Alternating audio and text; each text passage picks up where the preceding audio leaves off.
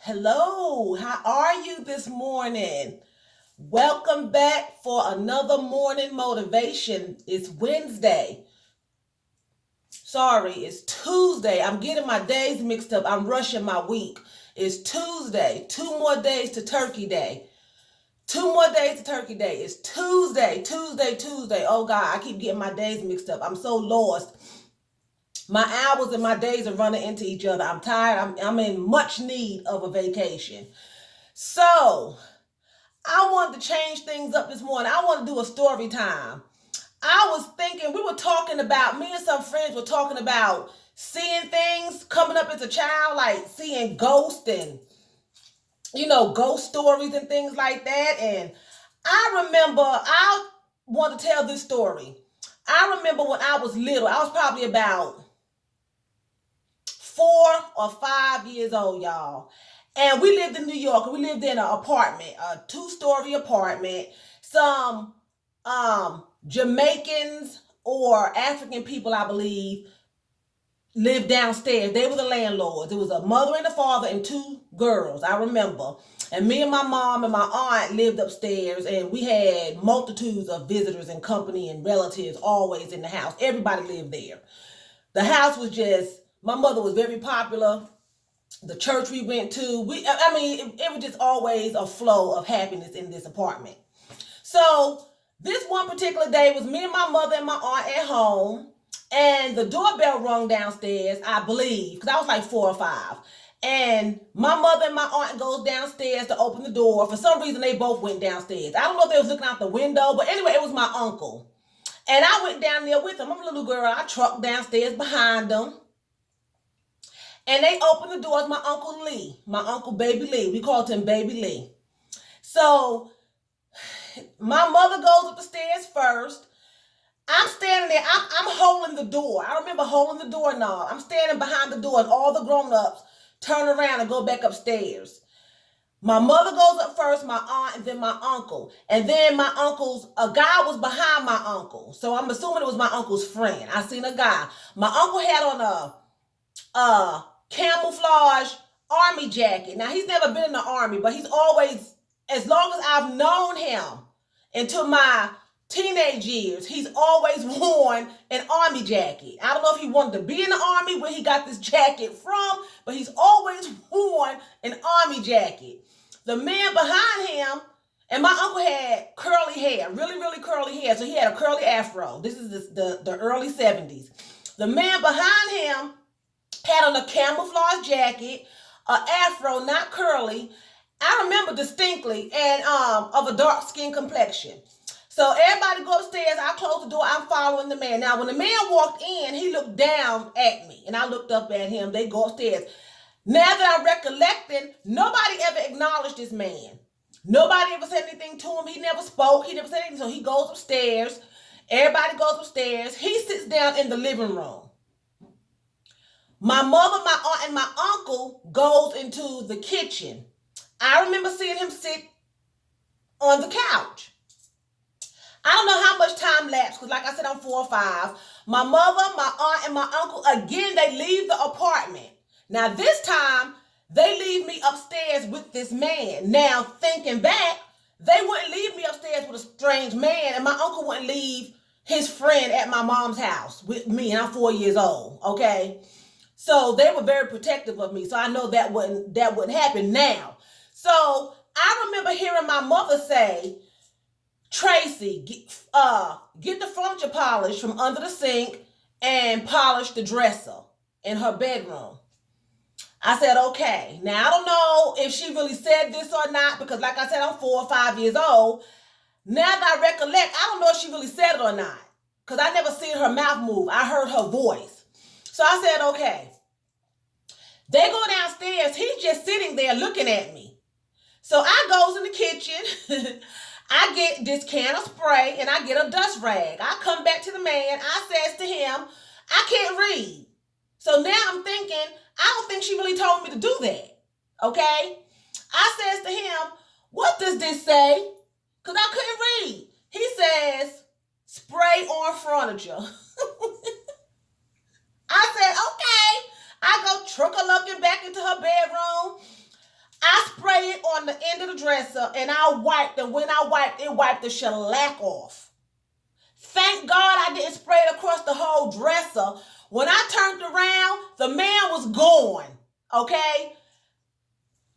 Next thing I know, I woke up. Hey, I'm 53 years old. I don't know what happened. I don't know if I got a whooping. I don't know what happened.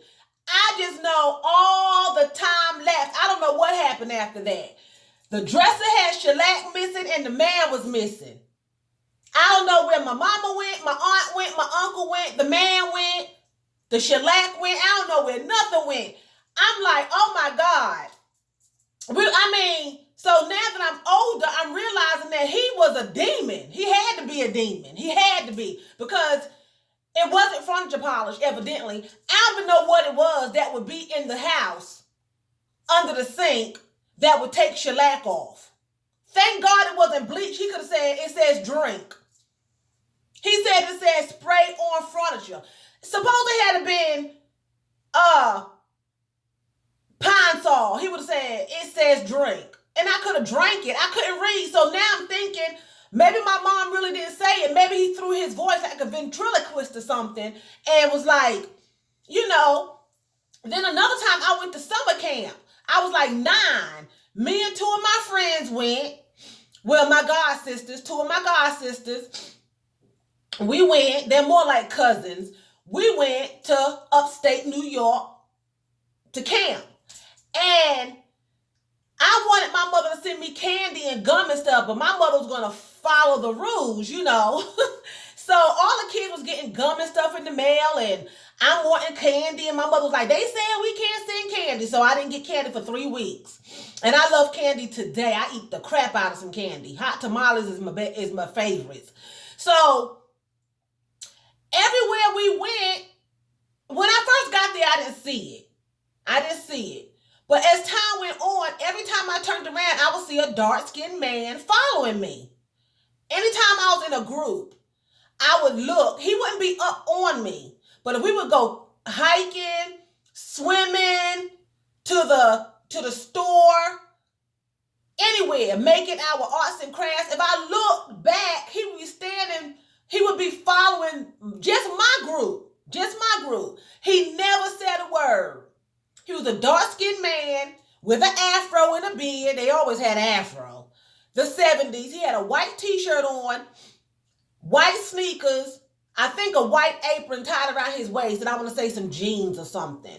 But he never opened his mouth, except one time in the store. They were buying candy and gum and everything, and it was an Almond Joy. And he said, you want me to buy it? You want it? And I said no. But nobody ever acknowledged him. None of the counselors, none of the other children, my god sister that we were stuck together like this, never acknowledged him. He was always there. Always. He followed me through camp, except inside the cabin. Every time we was outside going through like the woods, or I had to take swimming things, or he was always there. I would turn around, he was standing in the corner just looking directly at me. All the time. And then one day, he was gone. So I don't know if he never said anything to me. He never said anything to me, and nobody ever seen him. Nobody ever seen him. So I don't know if that was an angel watching me, because I was scared of the woods. I was scared of bugs and snakes and everything. I don't know how he was going to purchase the Almond Joy. I don't know how that was going to happen if he was an angel. I was scared to swim. I couldn't swim. He was always there. I don't know if he was there to protect me, because nothing happened to me. I got into a fight. I couldn't fight worth a lick. I got into a fight because a bigger girl, a bully, was bullying my god sister. I beat the daylights out of her. He was there.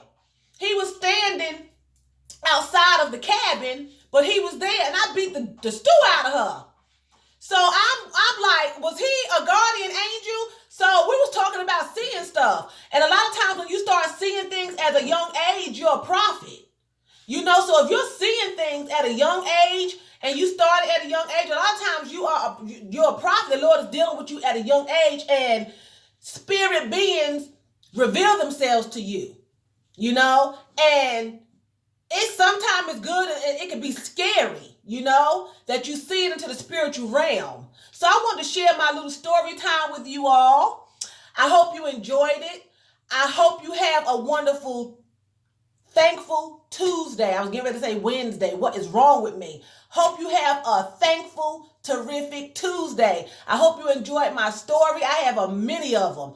I used to see things. I used to hear things. Oh, God, I used to have nightmares, visions. Oh, some of them was hilarious.